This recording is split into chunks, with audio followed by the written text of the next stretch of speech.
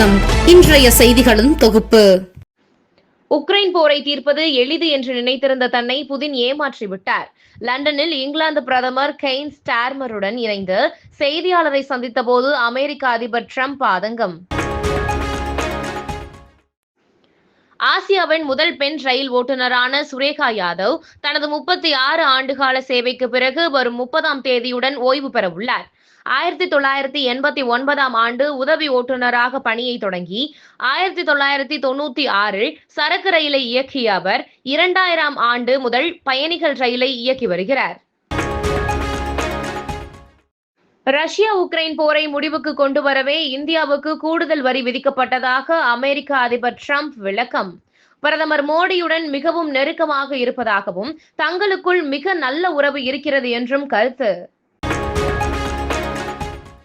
முதுமலை யானைகள் முகாமில் வரும் 23ஆம் தேதி முதல் 26ஆம் தேதி வரை 4 நாட்களுக்கு சுற்றுலா பயணிகளுக்கு அனுமதி இல்லை. அகில இந்திய புலி மதிப்பீடு பயிற்சி நடக்க இருப்பதால் சுற்றுலா பயணிகள் செல்ல முடியாது என தகவல்.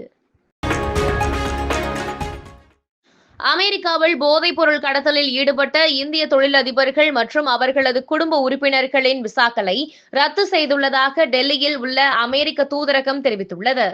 அமெரிக்க தூதரகம் வெளியிட்ட செய்திக்குறிப்பில் யாருடைய பெயரும் குறிப்பிடப்படவில்லை.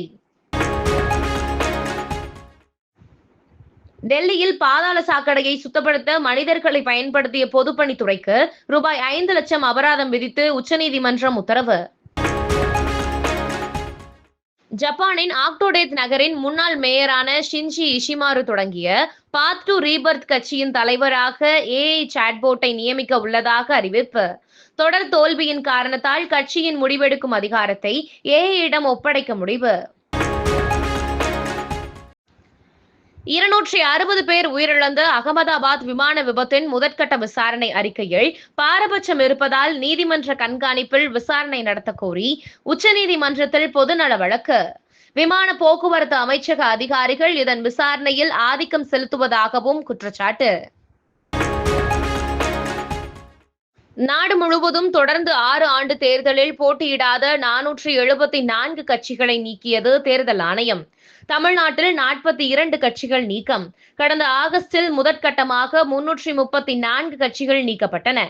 தற்போது மொத்தம் சேர்த்து 808 கட்சிகள் நீக்கப்பட்டுள்ளன. நாடு முழுவதும் 1.65 லட்சம் தபால் நிலையங்களில் BSNL சிம் கார்டு விற்பனை மற்றும் ரீசார்ஜ் செய்யும் வசதி வருகிறது. அசாமில் சோதனை முயற்சி வெற்றி பெற்ற நிலையில் நாடு முழுமைக்கும் விரைவில் அமலுக்கு வர உள்ளது. இத்துடன் செய்திகள் நிறைவடைகிறது. மேலும் இதுபோன்ற செய்திகளுக்கு KMDK லைவ் சேனலை லைக் பண்ணுங்க, ஷேர் பண்ணுங்க, சப்ஸ்கிரைப் பண்ணுங்க.